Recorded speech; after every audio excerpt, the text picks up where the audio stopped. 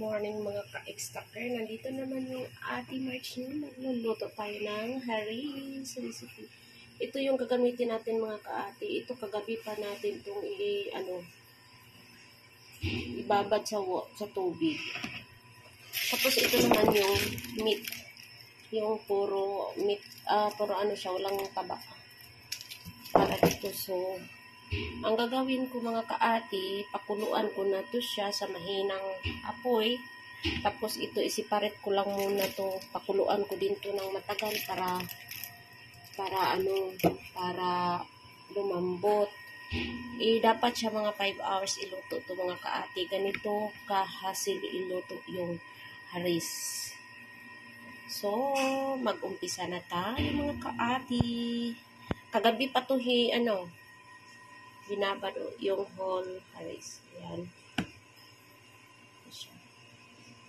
Ano na siya, oh. Kung anuhin mo siya, pisilin, oh. Parang ano na siya, oh. Ganito. Kasi ano na siya talaga. Kagabi pa siya. Umpisa na si Ate Marcio. Siparet ko muna to. Pakuluan ko siya ng dahan-dahan kasi mga 5 hours siya iluto. Tapos yan na, isiparet ko siya. Pakuluan ko din siya. So, let's go! Ayan ang mga kaati yung haris natin kanina. So, ano na siya.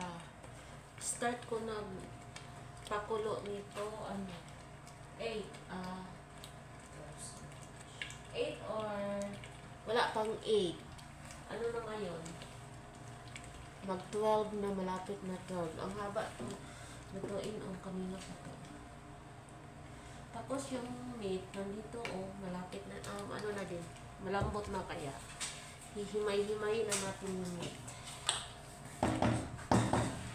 Sa mahina lang talagang apoy, ano lang siya, 1. Ito lang itong meat natin mga kaati.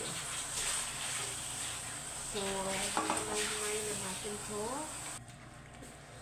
So, ginawa mga kaati, ganito naman. Kasi mas sobrang lambot nito. Diba sobrang lambot na. Tanggalan natin ito. Tanggalan ko muna ng buto. So, ganyan na siya mga kaati. Kasi sobrang lambot.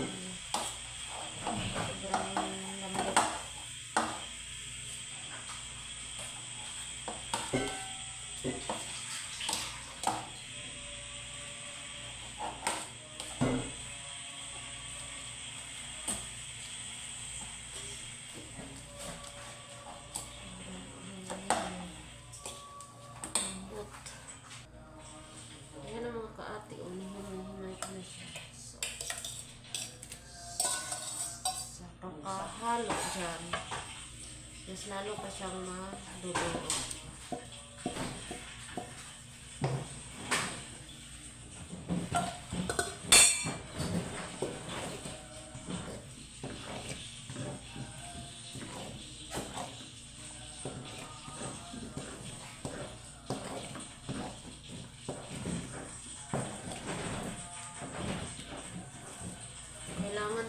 Parang nadudurog talaga siya mga kaati.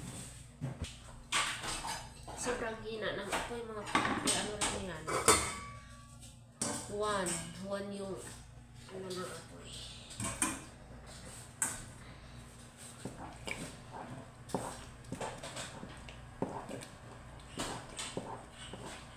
Kailangan parang nadurog. Mag-add tayo ng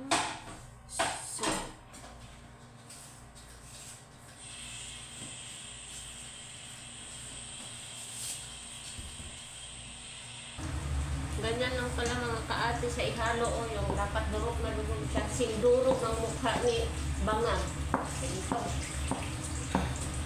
Ito, mukha to ni Bangag at ito rin. Ganito. Ganyan.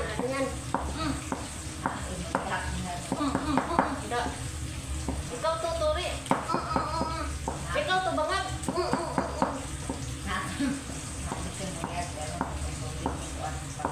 Umuri ako na Isot din. Isot din yun. Yung wait up kay galit ako sa Bangag. Galit ako kay Tori.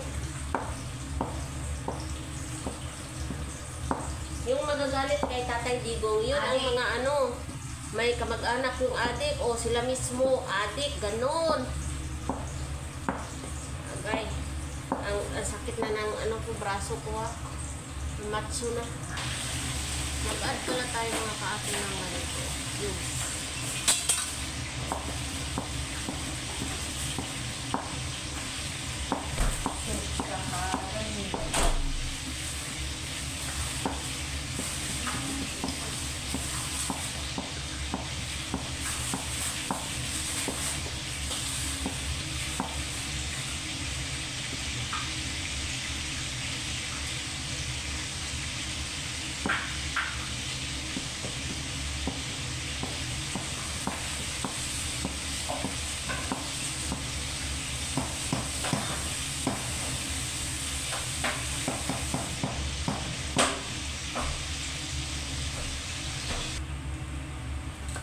Yan mga kaate, na ano na, lumaki na yung mga braso ko. Ganyan na siya, oh.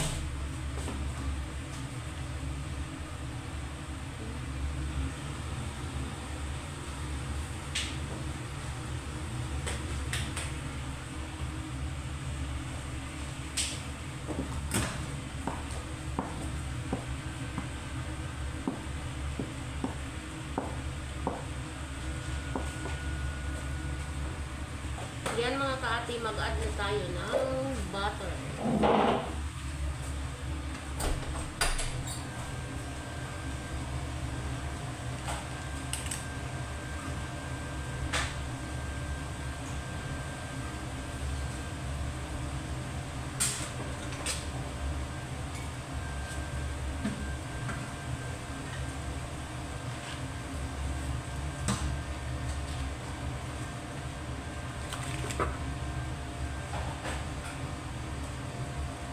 Ganun na siya mga kaate.